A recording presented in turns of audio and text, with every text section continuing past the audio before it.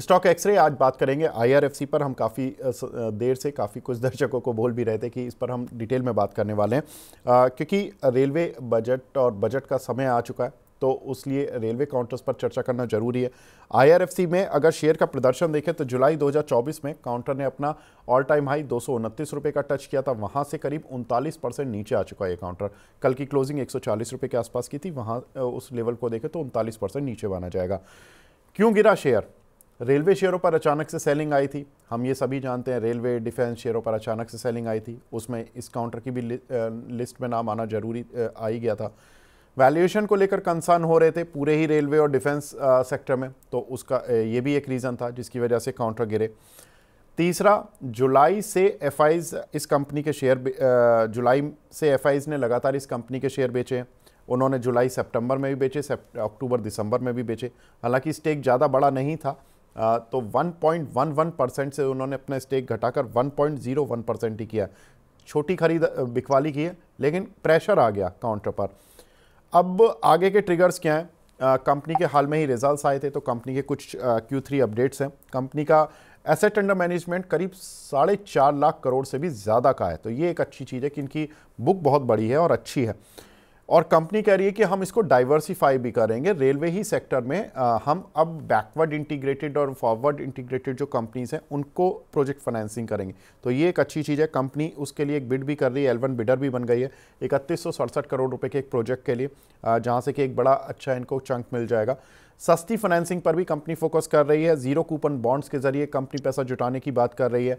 Capital gain tax exemption वाले जो bond होते हैं, जिसमें कि 54 EC आई थिंक जो इनकम टैक्स की धारा होती है, उसमें कैपिटल गेन टैक्स एग्जेम्पशन मिलती है, उसके बॉन्ड इनको जारी करने की परमिशन है। तो ये उस पर फोकस करेंगे कि वहाँ पर इनको इंटरेस्ट कम पे करना पड़ता है, तो ये एक इस कंपनी के लिए फ़ायदा होगा अगर वहाँ पर ये अच्छा चंक जुटा लेते हैं। एक और इंपॉर्टेंट चीज, डीआईज ने Q3 में कंपनी के शेयर खरीदे हैं और अच्छे खासे खरीदे। डीआईज का हिस्सा पहले 1.08% था, वो बढ़कर अब 1.24% हो गया। कंपनी में सरकार की होल्डिंग भी 86.36% है, तो जो पब्लिक फ्लोट है यानी कि पब्लिक शेयर होल्डिंग है वो हार्डली 13.5-14% के आसपास है, जिसकी वजह से कंपनी के ज़्यादा शेयर हैं ही नहीं मार्केट में। तो अगर एफआईज कुछ खरीद रहे हैं 1% हिस्सा, 1% 1.25% हिस्सा डीआईज खरीद रहे हैं, तो बाकी शेयर जो होगा वो बड़े इन्वेस्टर्स के पास होगा या रिटेलर्स के पास होगा। कंपनी के Q3 रिजल्ट्स ऑलरेडी आउट हो चुके हैं। कंपनी की जो आय थी वो 0.5% बढ़ी और 6,763 करोड़ रुपए रही। प्रॉफिट 2% बढ़ा और 1,632 करोड़ रुपए रहा। तो रिजल्ट तो फ्लैट साइड पर कहे जा सकते, लेकिन खराब नहीं थे, पॉजिटिव थे। वैल्यूएशन ट्रेलिंग 12 मंथ EPS यानी कि पिछले 12 महीने की जो EPS है कंपनी की 5 रुपये है। PE मल्टीपल 28 का चल रहा है।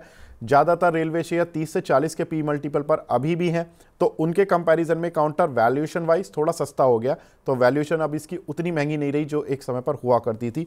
शेयर की बुक वैल्यू 40 रुपये है। आस्था मैम, चार्ट्स पर कैसे दिख रहा है, क्योंकि आई नो ये फंडामेंटल पॉइंट्स हैं, और जो टेक्निकली और डेटा पर आपको क्या दिख रहा है मैम ये काउंटर? जी बिल्कुल, देखिए आईआरएफसी की बात करें तो ये काउंटर चार्ट पे कोशिश कर रहा है एक बेस बिल्डिंग फॉर्मेशन करने की, जो कि कौन से लेवल पे है।